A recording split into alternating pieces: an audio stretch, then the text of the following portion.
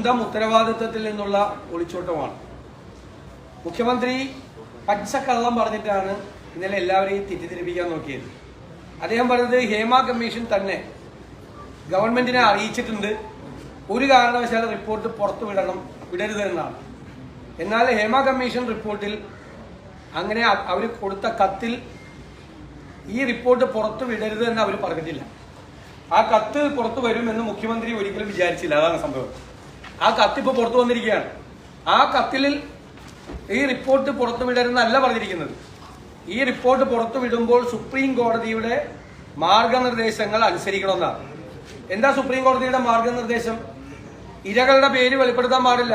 ഇതൊരു പുതിയ വിവരമൊന്നുമല്ലല്ലോ.